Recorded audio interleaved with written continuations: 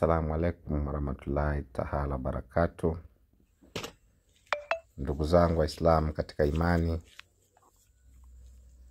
sauti sio mwingine ni Simba ni tena mfalme miti nchini Afrika, aliyejaliwa na uwezo na nguvu wa kutafiti tiba asili nchini Afrika, aliyejaliwa na uwezo wa kukomboa wana wa Afrika waliokwama kimaisha.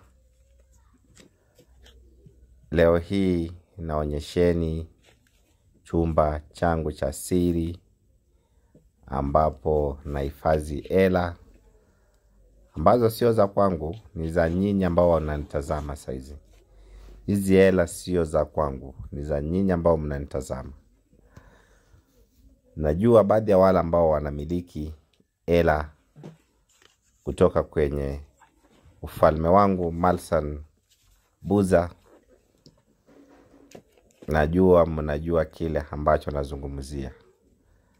Wale ambao wapo kwenye utajiri wangu chini ya himaya yangu, mnajua kile ambacho naizungumzia. Hela ndio hizo. Hela ni hizo hapo. Naonyesheni hela, bunda za hela ndio hizo. Mtazame hela ndio hizo. Leo hii kuna jambo ambao nataka kuwaeleza wale ambao wananifuatilia. Zile wale ambao wanamiliki Chumolete, Naigagaleta, Hajira Mvumvu, Mjini Amon, Oshun, Jabalban, na wale ambao wanamiliki begi. Mwisho wa hii Ramadhani tutakuwa na sherehe pale South Africa. Nitawaeleza pale kwenye group yetu ya WhatsApp pale ambapo tutakutana South Africa. Nitawaelezeni pale kwenye group. Haya, wacha nionyesheni watazamaji wangu hela, na waonyesheni hela. Mtafute hela, mjifunze kutafuta hela. Mwache kuenda kwa zile kutoa kafara za binadamu, kuwa binadamu ati mnatafuta hela. Na njia hipo sahihi ya kupata hela kwa kutumia sadaka ya ngamia, kutumia sadaka ya batamzinga, vitu ambazo zinaruhusiwa kutoa sadaka. Sisi utajiri wetu sio ya kutoa kafara ya binadamu. Utajiri wetu sio ya kutoa kafara ya binadamu.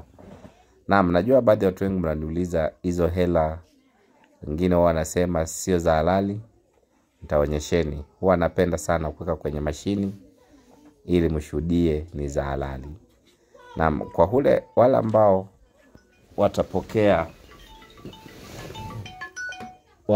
watapokea zile samani kidogo, nilikuwa nimepigiwa simu. Ndio kwa maana wale watazamaji wangu ambao wananiona, tafadhali saa ambao nipo kwenye chumba changu cha siri sitaki kunipigia simu tafadhali. Sasa ndio hizo simu ambazo tumeleta, ambao tutagawa wale watu ambao watachukua Naigagaleta. Wale ambao watachukua bahasha Naigagaleta utapewa bahasha na utakabidhiwa na iPhone Pro Max macho matatu. Macho matatu Pro Max 16. Utakuwa tunaweka hivyo hela kwa bahasha. Tukishakuwekea kwenye bahasha tunakuzawadisha na simu ambao utaweka WhatsApp yetu ambao tutakuwa nao tunawasiliana. Huwezi kuwa tajiri na unatumia simu ambayo haifai. Ndio kwa maana tumejitolea kuwapa wafuasi wetu wote watumie iPhone. Kila mfuasi wetu ingia kwenye grupu ya mabilionea, young billionaires, unapaswa kuwa na iPhone. Haya, wacha niende na waonyesheni hela ni za halali. Haya, ndio hiyo hapo nimekuja kwenye mashini. Acha niweke ili mshuhudie hela ni za halali.